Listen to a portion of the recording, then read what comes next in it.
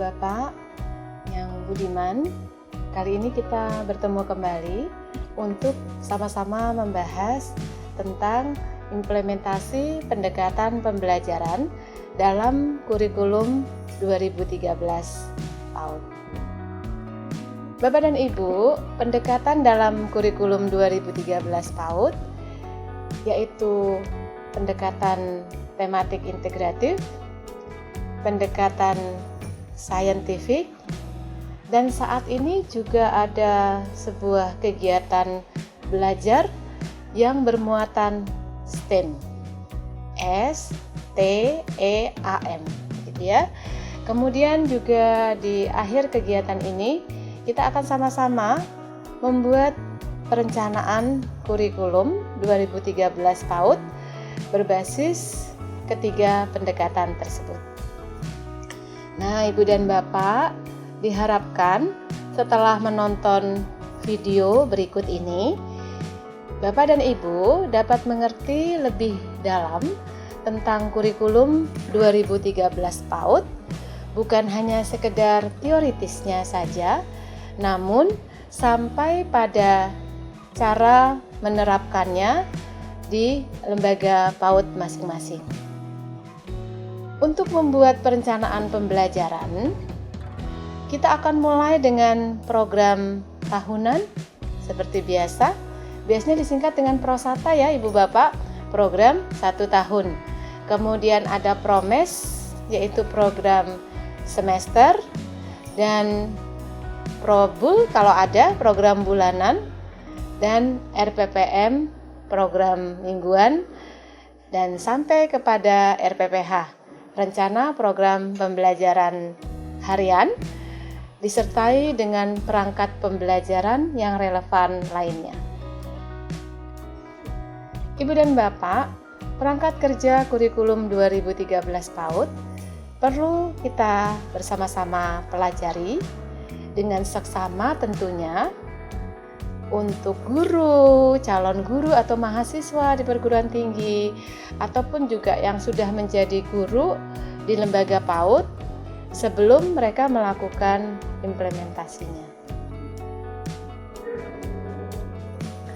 Nah, Ibu Bapak, berhubungan dengan cara kerja pengembangan perencanaan pembelajaran dalam rangka implementasi kurikulum 2013 PAUD, maka guru-guru perlu mempelajari dan mencermati STTPA. Singkatan apa yo? Iya, betul sekali. Singkatan dari Standar Tingkat Pencapaian Perkembangan Anak.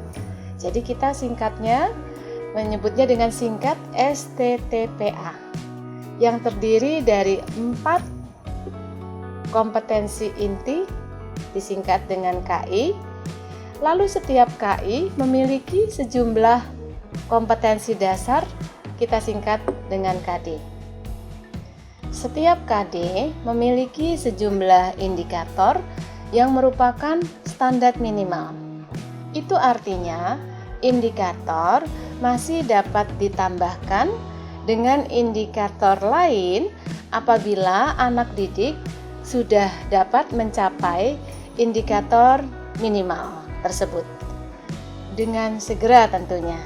Sehingga karena pencapaian indikator itu sudah berhasil dicapai oleh anak-anak didik kita, kita memerlukan indikator lain yang lebih tinggi tingkat kesukarannya. Ibu dan Bapak guru yang budiman, peserta pendidikan profesi guru, pembelajaran berbasis kurikulum 2013 PAUD memiliki beberapa ciri. Yang pertama, terencana. Artinya, perlu ada perencanaan pembelajaran sebelum melaksanakan kegiatan belajar melalui bermain. Yang kedua, betul, tematik integratif, yaitu menggunakan pendekatan tematik integratif yang dapat memadukan semua aspek perkembangan. Selanjutnya, kurikulum 2013 PAUD juga memiliki ciri kontekstual. Apa itu artinya kontekstual? Kontekstual artinya isi pembelajaran harus sesuai dengan lingkungan di mana anak berada, baik lingkungan alam ataupun muatan dan kearifan lokal kedaerahan.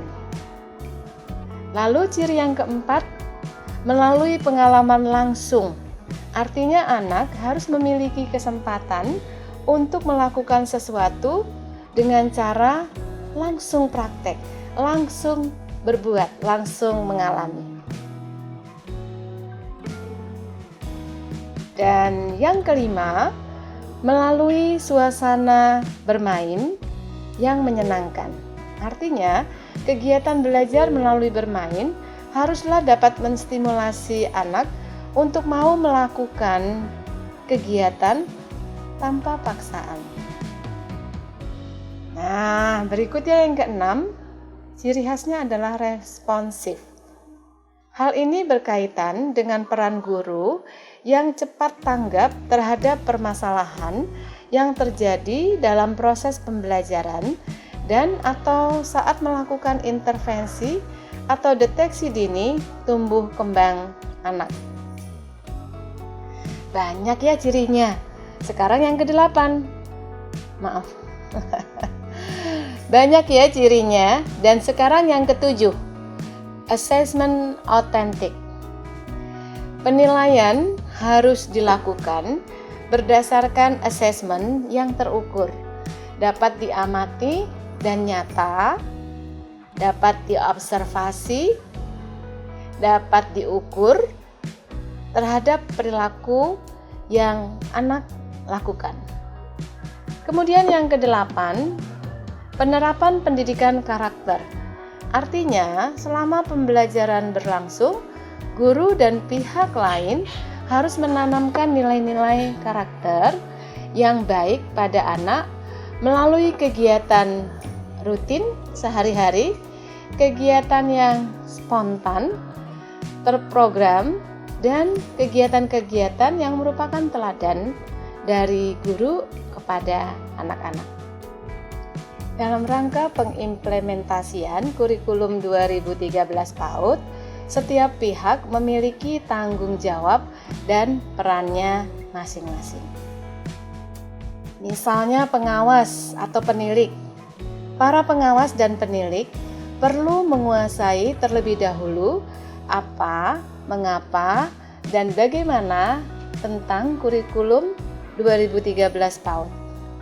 Hal ini dapat dilakukan melalui sosialisasi, workshop, dan atau bimbingan teknis, biasa disingkat dengan BIMTEK ya.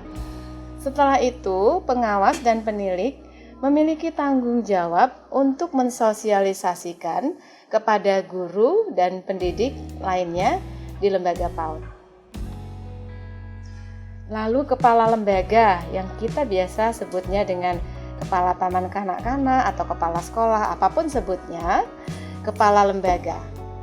Kepala lembaga ini perlu mendapatkan sosialisasi juga tentang kurikulum 2013 PAUD. Mengapa?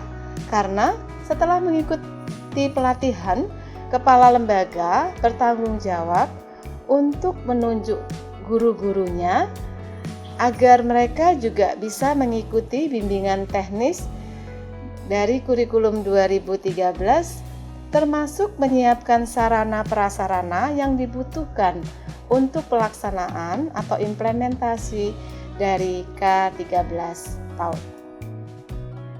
Berikutnya, guru dan pendidik itu sendiri. Guru dan pendidik harus menguasai betul tujuan, struktur, dan kerangka kerja kurikulum 2013 PAUD sebelum mereka melaksanakannya di sekolah ataupun juga di dalam kelas. Untuk itu, guru perlu memiliki kreativitas yang tinggi dalam merancang kegiatan pembelajaran yang aktif, kreatif, efektif, dan menyenangkan. PAKEM singkatannya. Lalu bagaimana dengan sarana dan prasarana? Dalam kurikulum 2013 PAUD, agar kurikulum ini terselenggara dengan sukses, maka lembaga atau sekolah perlu menyiapkan pengadaan sarana dan prasarana yang sesuai dengan kebutuhan pelaksanaan kurikulum 2013 PAUD, baik di dalam kelas maupun di luar kelas, serta menyiapkan tempat dan lokasi.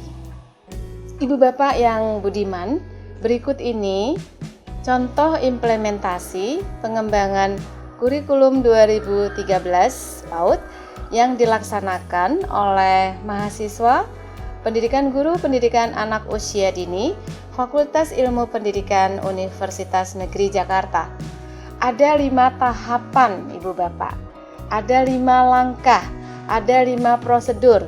Jadi boleh menyebutnya langkah, prosedur, tahapan, itu sama aja, begitu ya. Langkah yang pertama yaitu pengembangan tematik integratif.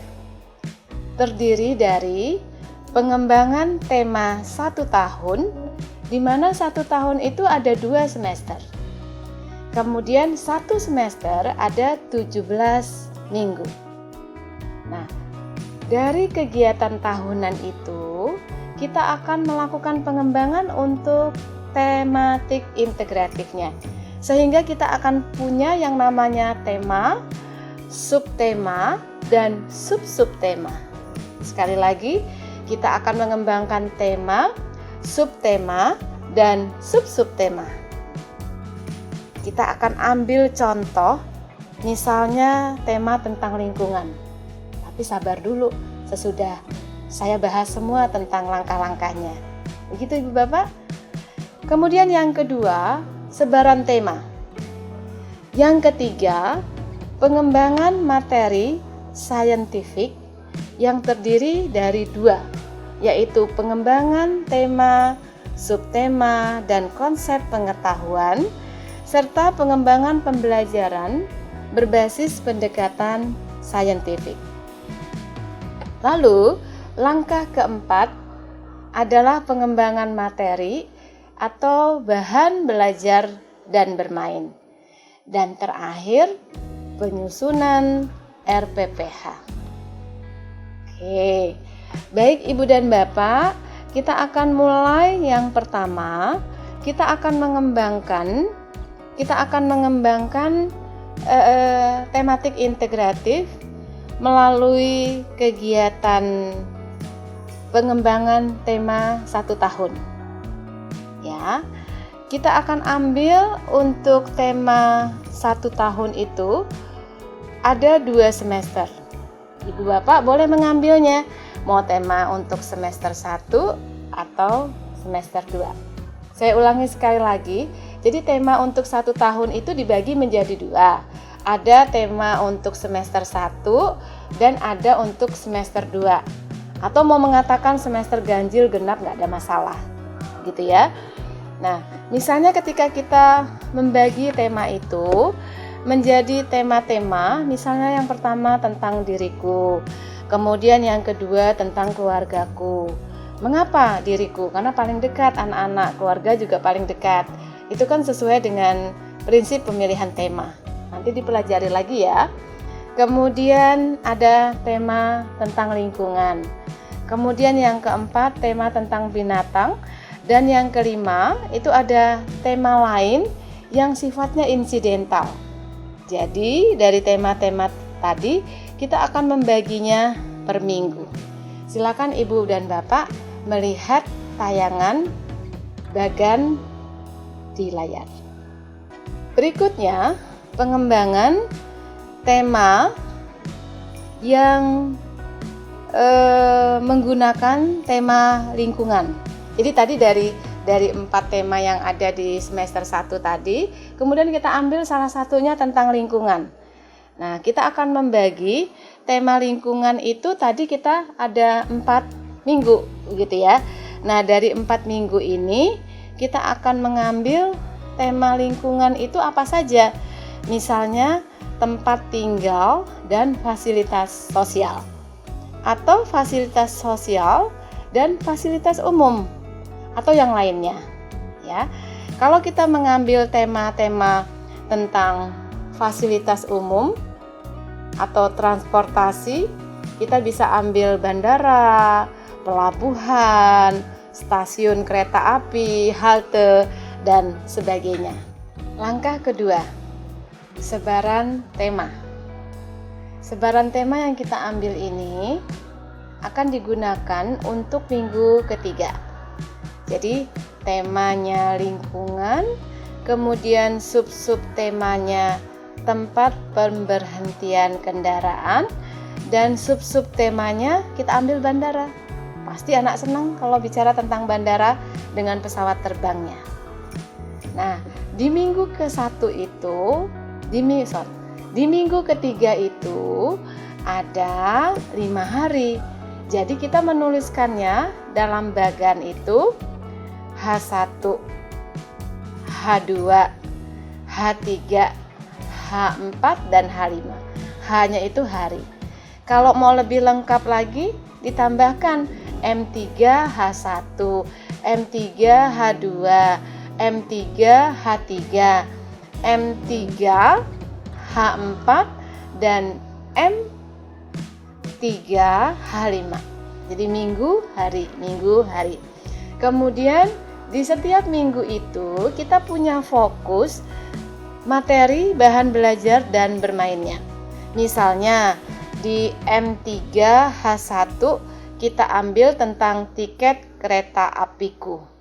Kemudian di M3, H2 kita mau bicara tentang bandara. Kita ambil topiknya, pembahasannya tentang pesawat terbangku. Kemudian di hari ketiga, puzzle kapal laut. Kemudian di hari keempat, yaitu tentang halte. Dan yang kelima, butik. Apa itu singkatannya? Bus cantik yang ada di terminal. Ibu dan Bapak, itu adalah langkah kedua. Berikutnya langkah ketiga. Langkah ketiga yaitu pengembangan pendekatan saintifik. Yang pertama, kita melakukan pengembangan tema, subtema, dan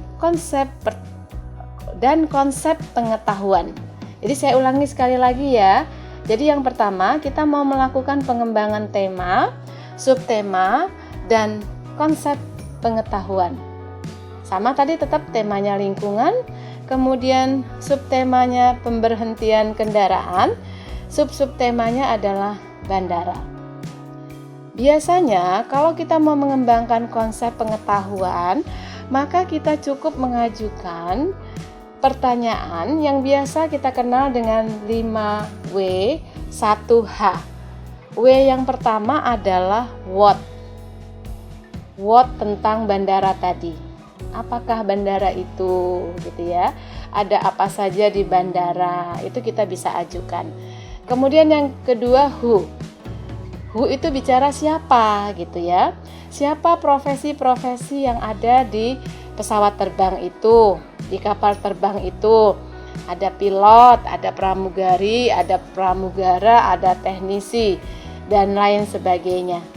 Kemudian W yang ketiga adalah why, begitu ya. Mengapa pesawat terbang itu bisa mengantarkan kita dari Jakarta ke rumah nenek kita di Semarang misalnya. Itu tentang why. Kemudian W yang keempat adalah when. Kapan pesawat itu bisa terbang? Kapan pesawat tersebut bisa mendarat kembali di bandara? Itu. Kemudian W yang kelima adalah di mana saja. Kalau di Jakarta itu punya 2 bandara ya, ada di Soekarno-Hatta, ada di Halim Perdana Kusuma. Nah, untuk di daerah-daerah lain disesuaikan dengan situasi dan kondisi yang ada. Lalu how-nya begitu. How-nya itu Ibu Bapak bisa kembangkan yang terkait dengan sub-sub tema tentang bandara. Misalnya, bisa saja kita mengajukan bagaimana cara menjaga kebersihan lingkungan di bandara. Artinya supaya tidak membuang sampah sembarangan. Gitu ya. Berikutnya, masih di langkah yang ketiga, kita nyebutnya 3B, pengembangan pembelajaran berbasis pendekatan saintifik. Temanya lingkungan, subtemanya tempat pemberhentian kendaraan, dan subtemanya adalah bandara. Gitu ya. Oke, kemudian kita mulai membahas tentang bandara melalui konsep pendekatan saintifik. Ada mengamati, menanya, mengumpulkan informasi, menalar, dan mengkomunikasikan. Masih ingat bentuk saintifik? Ya, mengamati, menanya, mengumpulkan informasi, menalar, dan mengkomunikasikan. Ya, misalnya tentang pesawat terbang, gitu ya. Mengamati. Anak mengamati melalui gambar-gambar tentang bandara. Tentunya ada lagi pertanyaan lainnya yang terkait dengan mengamati. Kemudian menanya. Anak bertanya tentang pekerjaan apa saja yang ada di bandara. Berikutnya mengumpulkan informasi. Bagaimana membuat pesawat terbang? Mulai dari pesawat terbang kertas sampai dengan pesawat terbang yang bisa menerbangkan anak-anak dari Jakarta ke rumah nenek di Semarang. Tadi kita katakan begitu ya. Kemudian menalar. Anak diajak untuk berpikir fungsi bandara itu apa sih? Sebagai tempat pesawat tinggal landas dan mendarat. Begitu. Dan yang terakhir mengkomunikasikan, sebetulnya bisa dengan cara apapun, anak-anak itu menunjukkan kemampuan untuk mengkomunikasikan. Misalnya kalau kita tadi bicara bahwa anak-anak bisa membuat pesawat terbang dari kertas, maka itu adalah cara dia mengkomunikasikan. Mungkin dia akan bercerita ada 2 sayap yang dia buat sehingga pesawat kertas itu bisa terbang. Nah, sesudah tadi kita mengembangkan kegiatan pembelajaran saintifik, maka yang perlu difikirkan juga adalah kita merencanakan dan melaksanakan puncak tema. Karena terkait dengan sub-sub temanya bandara, maka puncak tema kita bisa melakukan kunjungan ke Bandara Soekarno-Hatta. Begitu Ibu-ibu dan Bapak. Selanjutnya, di langkah keempat ada yang disebut dengan pengembangan materi, bahan belajar, dan bermain. Jadi di minggu ketiga, H1-nya, hari pertamanya, misalnya kita membuat pesawat terbang dari kertas, atau juga mungkin di hari keduanya kita mau bercerita tentang bandara melalui cetar. Apa itu cetar? Celemek pintar. Nanti dilihat di dalam tayangan. Dan di hari ketiga kita mau menggunakan buku pintar yang kita sebut dengan buktar. Jadi ada cetar, ada buktar. Nah, buktar itu digunakan untuk bercerita tentang prosedur menaiki pesawat, prosedur menuruni tangga pesawat. Kemudian selain itu kita juga punya tongtar, yaitu kantong pintar. Kita bisa menggunakan kantong pintar itu untuk mengisi kartu-kartu gambar dari profesi yang ada di bandara. Begitu ya Ibu dan Bapak. Kemudian kita juga bisa menyelipkan lagu-lagu yang terkait dengan tema, kemudian syair atau tepuk. Silakan Ibu dan Bapak berkreasi sendiri.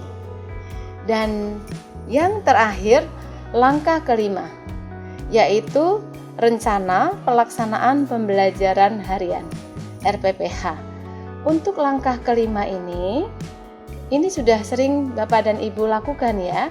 Jadi saya mengambil contohnya sesuai dengan buku pedoman implementasi kurikulum 2013 PAUD yang dikeluarkan oleh Direktorat Pembinaan PAUD bersama dengan pusat kurikulum.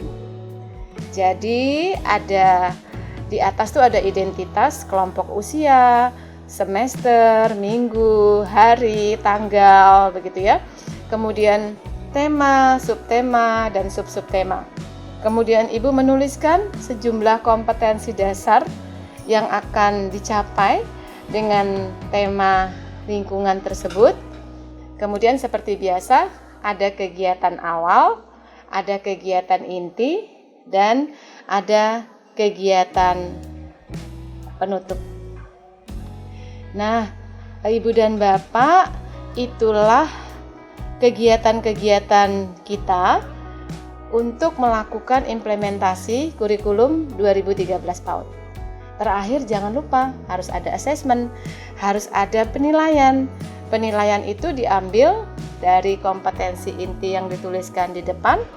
Kemudian KD-nya kita tuliskan juga, indikatornya. Kemudian kita menggunakan penilaian sesuai dengan yang ada di pedoman implementasi K13 itu. Masih ingat Ibu Bapak?